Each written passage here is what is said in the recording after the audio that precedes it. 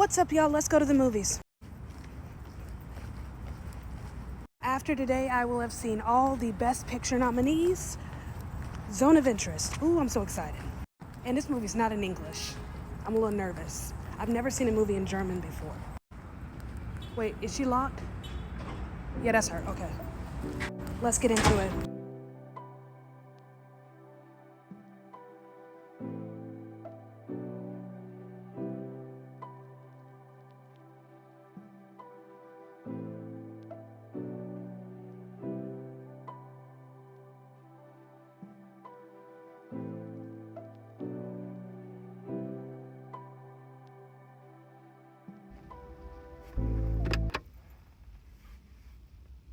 All right, let's talk about it. So that was The Zone of Interest, directed by Jonathan Glazer, stars Christian Friedel, Sandra Hüller. This movie is nominated for Best Sound, Best Adapted Screenplay, Best International Film, Best Director, and Best Picture. I don't know what that was. Devastating. I've never seen anything like I've never seen a movie that against my will brings me into the story and forces me to participate.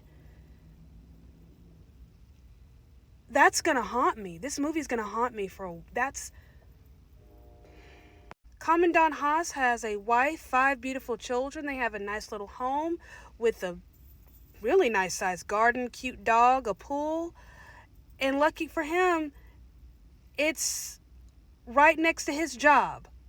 They live at Auschwitz, just on the other side of the wall. This is the loudest, quiet movie I've ever seen. It's quiet in the sense that the people don't talk a whole lot. You're seeing them move about, go about daily life, do normal, regular things.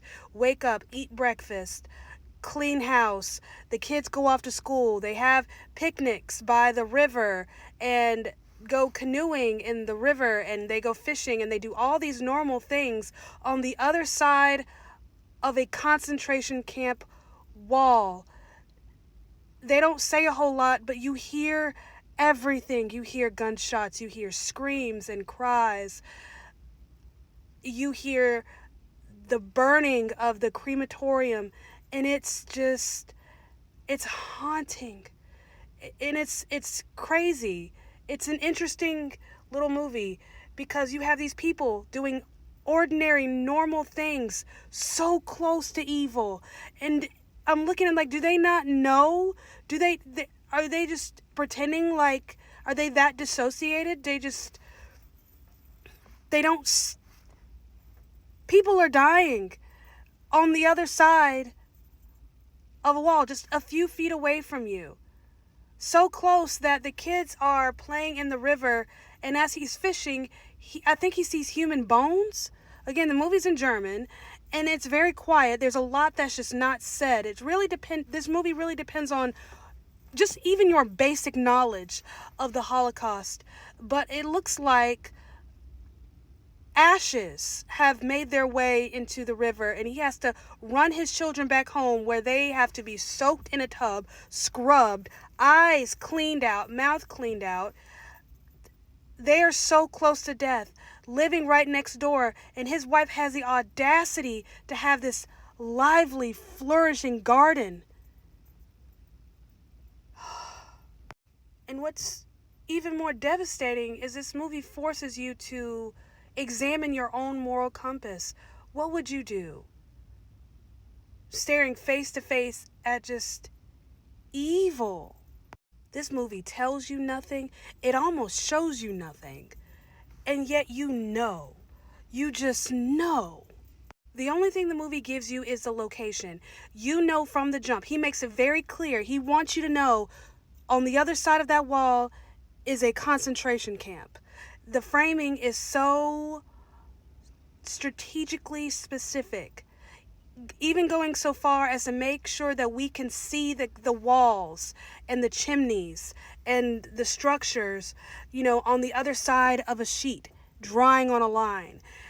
Just to let us know the juxtaposition of just absolute evil and this disassociated normal.